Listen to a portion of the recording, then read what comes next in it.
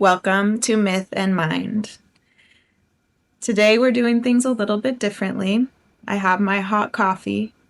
My dog is also here. You might see him walking around or hear him make some noises here and there. He's a Husky Shepherd mix, and if you're familiar with Husky breeds, they always have a lot to say. So don't mind that. Let's get into it. Today we are looking at Dostoevsky's The Idiot, a novel that explores what happens when radical honesty and innocence meet a harsh and suspicious world. At the heart of the novel is Prince Mishkin, a man whose openness, honesty, and deep compassion mark him as an outsider. He does not manipulate. He does not posture. He speaks simply and from the heart. And in this, Dostoevsky sets him apart from the society around him, where power, suspicion, and hidden motives dominate. To be this vulnerable, Dostoevsky suggests, is not a weakness, but a strength, a willingness to remain true to one's own heart even when the world punishes that openness. Yet, it is important to remember the hand that wrote the story. Dostoevsky himself lived a life full of turbulence. He was imprisoned and nearly executed for political dissent. He struggled with epilepsy, gambling addiction, and overwhelming debt. His writings, though profound, sometimes reveal troubling biases, including moments of prejudice and contradictions that remind us of his limits as a human being. In this light, The Idiot becomes even more compelling. Dostoevsky clearly valued compassion, innocence, and kindness. Yet in his own life, he often stumbled, wounded others, and missed the very ideals he longed for. This tension reflects something universal: the gap between what we admire or aspire to be and what we are able to embody. Keep this in mind as we explore The Idiot further. Now, returning to the story, Prince Mishkin, we see him mocked, dismissed, and treated as a naive idiot, precisely because he refuses to hide his vulnerability. In psychological terms, we might say he represents the part of us that resists the mask, the social performance, the endless calculation of appearances. Instead, Mishkin offers a different kind of strength, the strength to remain transparent, to act with compassion even when others exploit it, to continue to hope in love and honesty even when rejected. There is a warning here, of course. To live like Mishkin, unguarded in every setting, can invite cruelty. Vulnerability does not mean abandoning discernment. But Dostoevsky's story reminds us that to never risk openness at all is to lose something essential.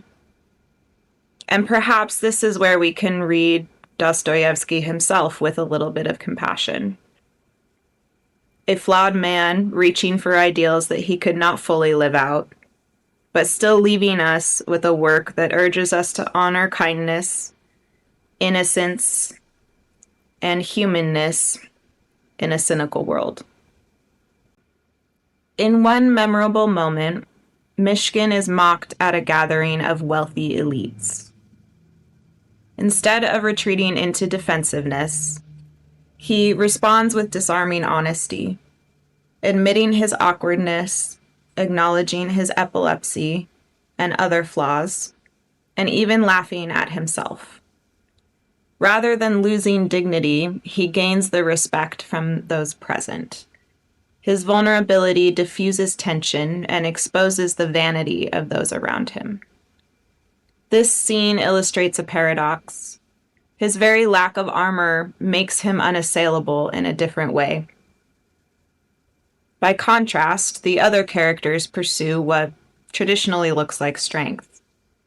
Rogozhin with his fiery obsession, others with their greed for money or social standing.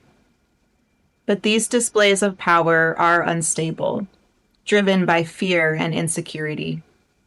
Their strength only requires control and domination, leaving it vulnerable to shattering as soon as it is threatened.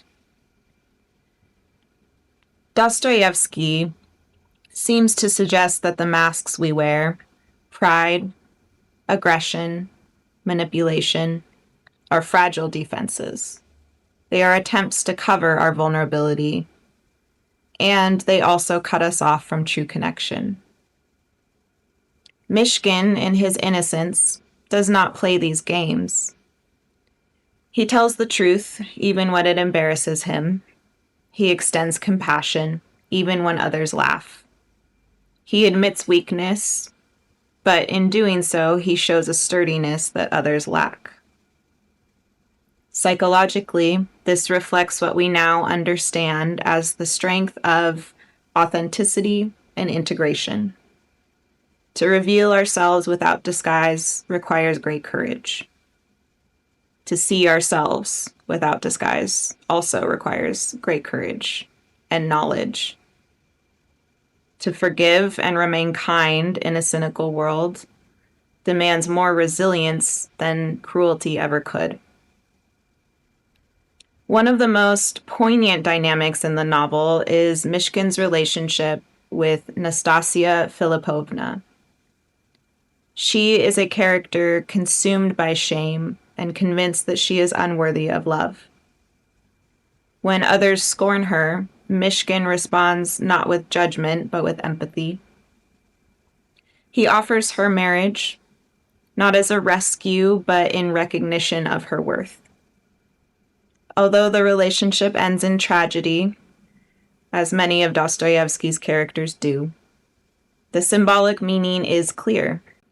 His vulnerability allows him to see and honor her pain, while others can only condemn.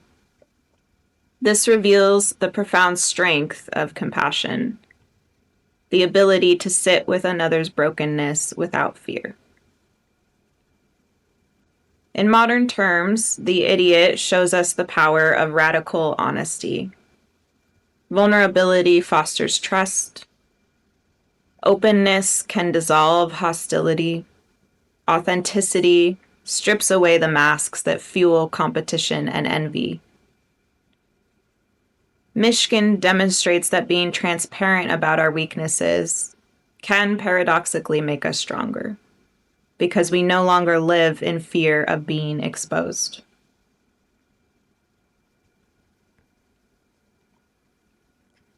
In our world, where strength is often equated with control, dominance, or perfection, Dostoevsky reminds us of a quieter kind of strength, the courage to remain vulnerable and truthful. Like Mishkin, we may be misunderstood, even dismissed, when we choose honesty over image.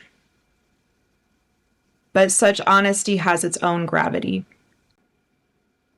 Mishkin reminds us that to live without masks may look foolish, but it is also a kind of wisdom, a way of being that cannot be shaken because it hides nothing.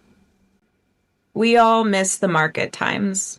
We may fail to embody the compassion we admire, or fall short of our highest ideals, similar to the way Dostoevsky did in his personal life. Yet the effort itself matters. Vulnerability, kindness, and honesty are not signs of weakness. They are courageous acts in a world that often rewards the opposite.